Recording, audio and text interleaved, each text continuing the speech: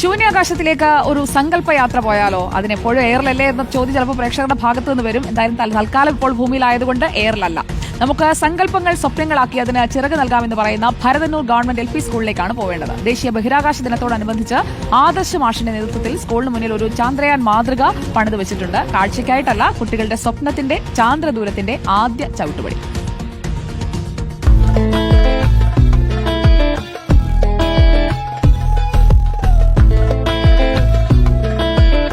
നക്ഷത്രങ്ങൾ ആകാശത്തോളം സ്വപ്നം കാണുകയാണ്.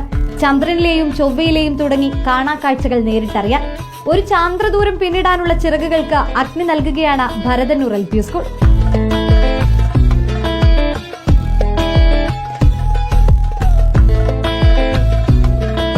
ഒരു സ്വപ്നമായിരുന്നു നമ്മുടെ കുഞ്ഞു മക്കൾക്ക് ഒരു റോക്കറ്റിൽ കയറണമെന്ന്.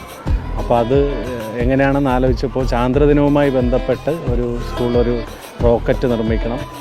അപ്പോൾ ഇത്രയും ഉയരത്തിലും വലിപ്പത്തിലും ചെയ്താൽ മാത്രമേ കുഞ്ഞുമക്കൾക്ക് അതിൻ്റെ അകത്ത് കയറാൻ പറ്റുള്ളൂ. ഇന്ത്യയുടെ അഭിമാനമായ ചാന്ദ്രയാൻ 3ന്റെ റോക്കറ്റ് മാതൃക 18 അടി ഉയരത്തിലാണ് സ്കൂൾ മുറ്റത്ത്. അകത്ത് കയറാം, ആകാശത്തെ അറിയേണ്ട കഥകൾ വായിക്കാം.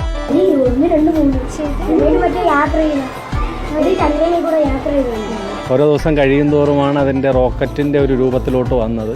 അപ്പോൾ എന്താണ് എന്നറിയുന്നതിന് രാവിലെ വരുമ്പോൾ തന്നെ ഒരു വളരെ ആകാംക്ഷയായിരുന്നു. ഇതിന് പൊങ്ങുമോ, ഞങ്ങൾക്കിതിൽ കയറാൻ പറ്റുമോ, അങ്ങനത്തെ ഒരുപാട് ചോദ്യങ്ങളായിരുന്നു. അപ്പോൾ ഇന്ന് അതിനൊരു ഉത്തരം എല്ലാ കുട്ടികൾക്കും കിട്ടിയെന്നാണ് എൻ്റെ വിശ്വാസം.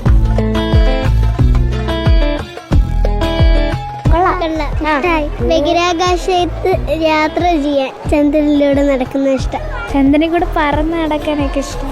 ഇനി കുഞ്ഞുങ്ങൾ ശൂന്യാകാശത്തേക്കുള്ള സങ്കല്പ യാത്രകൾ എഴുതി തുടങ്ങും. സ്വപ്നങ്ങൾക്ക് പതുക്കെ ചിറക് നൽകും.